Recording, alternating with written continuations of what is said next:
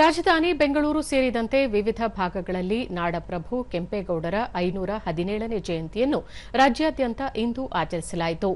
ಮುಖ್ಯಮಂತ್ರಿ ಡಿಕೆ ಶಿವಕುಮಾರ್, ಸಾರಿಗೆ ಸಚಿವ ಬೈರತಿ ಸುರೇಶ್, ಬಿಜೆಪಿ ರಾಜ್ಯಾಧ್ಯಕ್ಷ ಬಿವೈ ವಿಜಯೇಂದ್ರ, ಮಾಜಿ ಉಪಮುಖ್ಯಮಂತ್ರಿ ಡಾ ಸಿಎನ್ ಅಶ್ವತ್ಥನಾರಾಯಣ ಸೇರಿದಂತೆ ಹಲವರು ಕೆಂಪೇಗೌಡರ ಪ್ರತಿಮೆಗೆ ಮಾಲಾರ್ಪಣೆ ಮಾಡಿ ಗೌರವ ಸಲ್ಲಿಸಿದರು.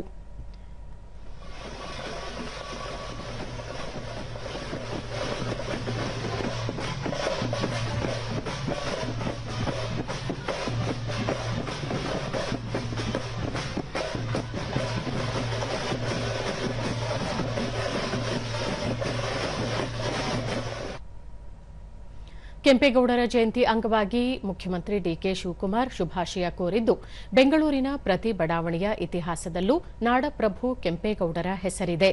ಇಲ್ಲಿ ಅರಳುವ ಪ್ರತಿ ತಂತ್ರಜ್ಞಾನದ ಕನಸಿನಲ್ಲೂ ಅವರ ದೂರದೃಷ್ಟಿಯ ಬೆಳಕಿದೆ ಎಂದು ಬಣ್ಣಿಸಿದ್ದಾರೆ. ಕೇಂದ್ರ ಸಚಿವ ಎಚ್ಡಿ ಕುಮಾರಸ್ವಾಮಿ ತಮ್ಮ ಸಂದೇಶದಲ್ಲಿ ವಿಶ್ವವಿಖ್ಯಾತ ಬೆಂಗಳೂರು ನಗರದ ನಿರ್ಮಾತೃ, ದಕ್ಷ ಆಡಳಿತಗಾರರಾಗಿದ್ದ ನಾಡಪ್ರಭು ಕೆಂಪೇಗೌಡರನ್ನು ಅತ್ಯಂತ ಭಕ್ತಿ ಮತ್ತು ಹೆಮ್ಮೆಯಿಂದ ಸ್ಮರಿಸಿ ಗೌರವಿಸುತ್ತೇನೆ ಎಂದು ಹೇಳಿದ್ದಾರೆ.